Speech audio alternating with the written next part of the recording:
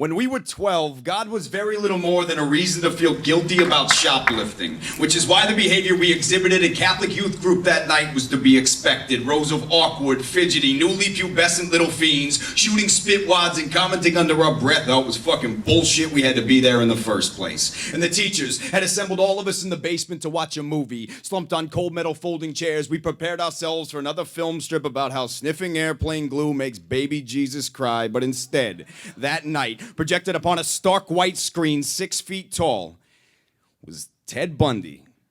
Rapist, necrophiliac, and serial killer Ted Bundy, in a time when silencing the lambs was more popular than saving the whales. And here was his final interview before execution, where he spent an hour discussing softcore pornography, claiming it was the impetus for his crimes, warning the world that porn can reach into any home, even yours. Children, divert your eyes, for Lucifer hides neatly creased in centerfolds, waiting to steal your soul. I learned as an adult that this was merely his attempt to save himself a ride on the Lightning. In real life, Bundy preferred celluloid bound and torn skin, the hustler's wacky depictions of Santa Claus in his underwear watching elves do the nasty. He didn't give a shit. He didn't give a shit about Miss October's turn-ons. He got off the lurid pulp crime novels, donning covers with pictures of petrified women shrieking in the shadows. Fear was the only call to which his soldier marched. Found solace in re-exacting the same type of humiliation a child receives at the hands of absentee parents who dangle security just out of reach like a pull chain in the closet where they left him. So here was this overgrown boy, clutching his conscience like a teddy bear, trying to sell the world simple answers to impossible questions. Here was this man, this embodiment of pure evil, hired to carry the church's flag, the devil in made flesh, rowing a vessel of flames with big black letters emblazoned on the side. Do you see what happens now when you don't obey us?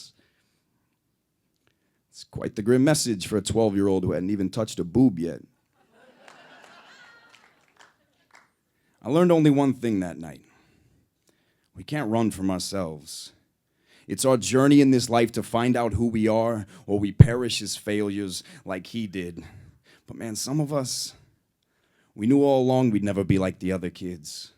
We'd never be ball players or prom kings. We'd never be any good at talking to girls. Maybe someday meet a nice one, get married, have a nice life. Man, some of us, we're just irregular puzzle pieces rattling inside an empty box. We live in flights of imagination with nothing but delusions of grandeur to keep us company. And some of us are rivermen playing slalom with ink blots, but bumping into strangers to remind our skin what it feels like to need. We are busted hands and itchy feet, trash-mouthed and searching for somewhere inside this asphalt where we can finally stop running. And yeah, I guess some of us do end up like Ted Bundy, but most of us are just right here amidst the mile markers and blue flashing lights, twirling like a cyclonal limbs reaching through the belly of night. So you best polish up your bootstraps, son, and find a way to get to me, because I am right here, not moving, finally. Thank God.